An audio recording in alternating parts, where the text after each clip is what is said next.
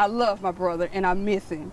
So, and I know he's not coming back. I keep waiting on him to come knock on my door, but I know he's not coming. And it's just not fair. None of these babies, they don't understand. The last time we came out here, his grandbaby was like, this is where my papa is here. And then my youngest grandbaby, he was asking his mother, well, I thought we were going to see Uncle Money. And she was like, well, we are. He's right here. And so he's like, he's, under the ground, under these rocks. And his mama was like, yeah, that's where Uncle Money is. So he kind of got down on his knees and started trying to move the rocks so that he could get to see his uncle, because they don't understand. These are babies, and it's like when you take somebody's life and you think, okay, I've took this life, whatever beef that you had on with them in the street is gone, but it's not, because you leave these families here to try to pick up the pieces and try to cope and try to figure out how they're supposed to go on, because their loved one is gone, and it's just not fair. Until my brother's killer is brought to justice, I can't start a healing process. I cry every day. My bedroom light has been on since January the 16th when they came knocking on my door. I can't sleep. I can't turn my bedroom light off. It stays on. So it's hard. And I mean, what you did, it's affecting all of us mentally. Because you see where people have loved ones who have gotten killed, and you see all the, I'm sorry for your loss, rest in peace. But until it actually hits your family, you don't know how that person feels until it actually hits you. Because I can understand and I can sympathize with all these people who are losing their loved ones, especially the balance. Just for his life to be taken away in an instant, like the day we saw him hours before he was murdered.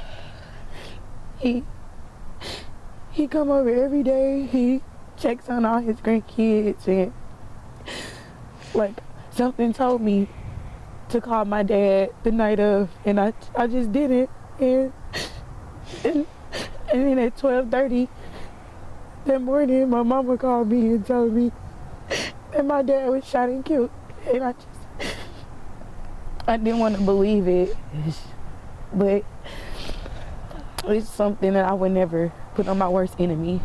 I wouldn't. It's so hard. And it's a hard thing to explain to these children.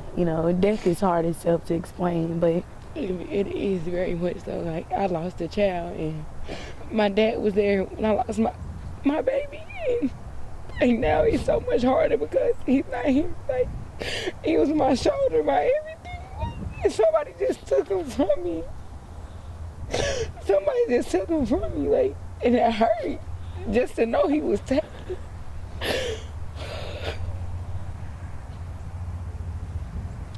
Just please turn yourself in. Just make it easier on yourself. Just so we can have some kind of closure, like, to be at ease, to ease the hurt. Like, just something.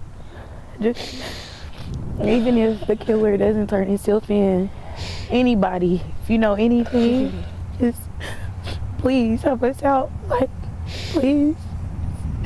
He had daughters and grandchildren and friends and family, just give us an answer. We just need some answers.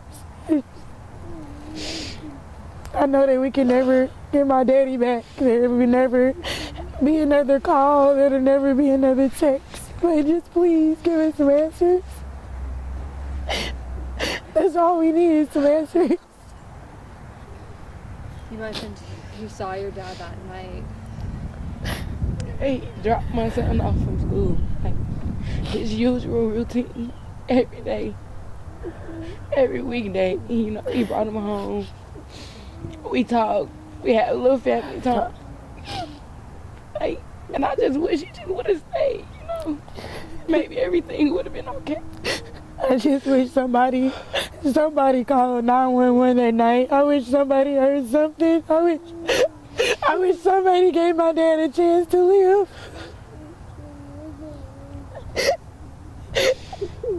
He's gone forever.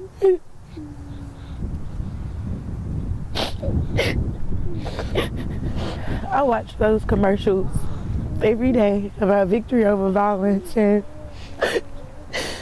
actually, the day before my dad died, I saw the one about the woman and her husband getting killed over a motorcycle on Craigslist. And I sat there and I told my husband, I said, babe, I hope we never have to be in that chair and have to do an interview. And the next day, not even 24 hours later, like, please have Arkansas declare victory over violence. It's time out.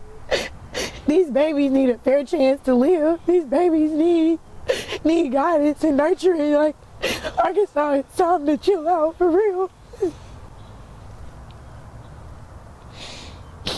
These kids need hope. Like, it's just sad. It's sad. Like, y'all took my soul when y'all took my uncle. So I'm trying to stay strong for everybody, but it's hard. I have been a victim of where I stay at if I hear gunshots. A lot of people just drop to the ground. They don't think nothing of it. But if I was to hear somebody screaming or anything, I'm gonna pick up the phone. I'm gonna call 911.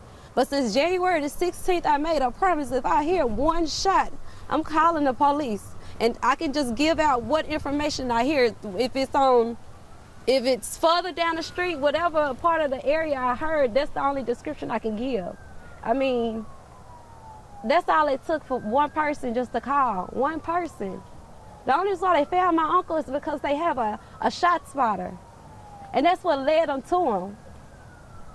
You know, if one person just would have picked up the phone and said anything, who knows? He would still be here. Nobody said anything. Nobody. It's like they just went on about their business. They were so used to hearing gunshots in that area. I wouldn't wish that on nobody. Nobody at all. Nobody. It's not right. I really wish y'all would put the guns down.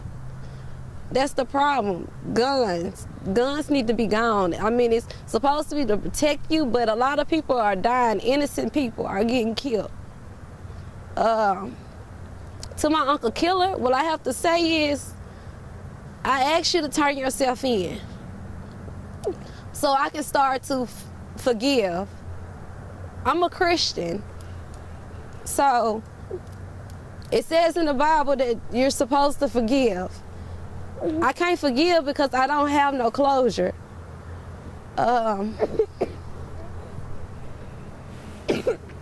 It's not right. He was all about family. Like, family was his main priority. Y'all took somebody great. Y'all really destroyed a family right here. And it's hard for us to try to pick up the pieces to keep going.